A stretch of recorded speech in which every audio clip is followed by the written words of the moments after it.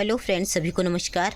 आज हम सीखते हैं कि जो हमारे पास वैक्सीन की वाइल आती है वो कितनी डोज़ की आती है और उसमें जो वैक्सीन की मात्रा होती है वो ml में कितनी होती है।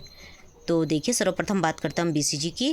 तो जो BCG की हमारे पास वाइल आती है वो 10 डोज़ की आती है, यानी कि 10 डोज उसमें रहती है।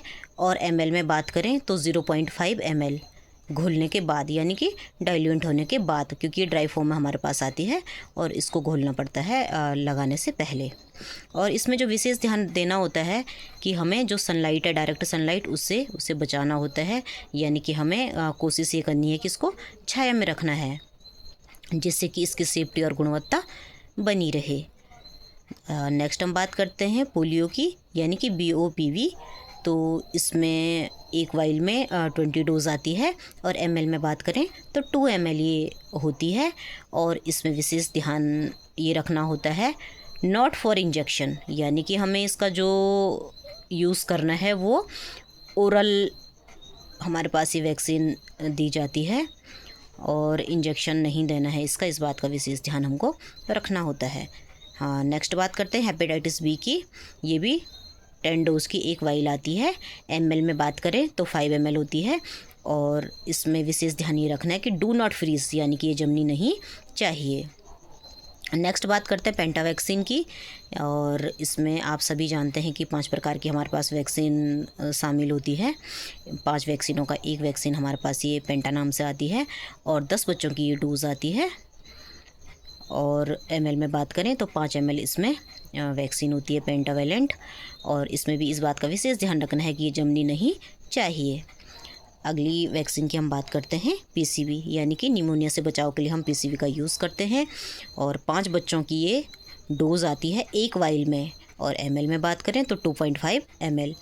और इस वैक्सीन में भी यही ध्यान रखना होता है कि ये जमनी नहीं चाहिए। नेक्स्ट बात करते हैं FIPV की। और इसमें हमारे पास जो वाइल आती है उसमें 25 बच्चों की डोज़ आती है। ml में बात करें तो 2.5 ml। और इसमें भी इस बात का विशेष ध्यान रखना होता है कि डू नॉट फ्रीज, यानी कि ये जमनी नहीं चाहिए। नेक्स्ट वैक्सीन की हम बात करते हैं RVB, यानी कि रोटा वायरस। तो रोटा वायरस हमारे पास कभी सिंगल डोज़ रहता है और कभी डबल डोज़ रहता है। और बीच में तो 5 डोज़ की भी हमारे पास आई थी। तो देखिए, जो रोटा वैक्सीन होती है इसका रूट भी हमारा ओरली होता है, यानी कि मुंह के द्वारा दी जाने वाली ये वैक्सीन होती है। और जो इसमें ml है, तो यदि 2 डोज है तो वो 4 ml का होता है। और सिंगल डोज में तो वो सिंगल डोज ही होती है, यानी कि एक डोज़ होती है। और इसमें जो इम्पोर्टेंट बात है वो ये है कि प्रोटेक्ट फ्रॉम लाइट, यानी कि प्रकाश से इसकी सुरक्षा हमें करनी होती है। नेक्स्ट वैक्सीन है MR, यानी कि मिजल्स एंड रूबेला। तो ये 5 डोज की हमारे पास एक वाइल आती है। ml में बात करें तो 2.5 ml। और इसमें विशेष बात यह है कि जो MR हमारे पास है वो भी ड्राइड फॉर्म में आती है। इसे भी हमें डाइल्यूट करना होता है।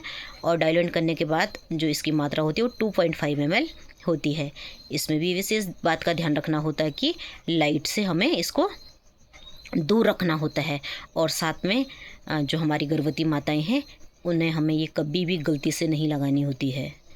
ये काफ़ी रिस्की हो जाती है यदि हम ANC को लगाएंगे तो। नेक्स्ट बात करते हैं DPT की, यानी कि डिप्थीरिया, टेटनस एंड परट्यूटिस वैक्सीन। तो ये भी 10 डोज की एक वाइल आती है। ml में बात करें तो 5 ml। और इसमें भी जो विशेष बात है ध्यान रखने योग्य वो है डू नॉट फ्रीज, यानी कि ये वैक्सीन जमनी नहीं चाहिए। नेक्स्ट है TD, यानी कि डिप्थीरिया एंड टेटनस वैक्सीन। तो ये भी एक वाइल में 10 डोज आती है। ml में बात करें तो 5 ml। और ये भी जमनी नहीं चाहिए, इस बात का हमें विशेष ध्यान रखना होता है। और नेक्स्ट ये डाइलेंट के बारे में हम बात कर रहे हैं। तो BCG भी मैंने बताया था आपको कि ड्राइड फॉर्म में आता है। तो उसका जो डाइलेंट है वो सोडियम क्लोराइड इंजेक्शन होता है।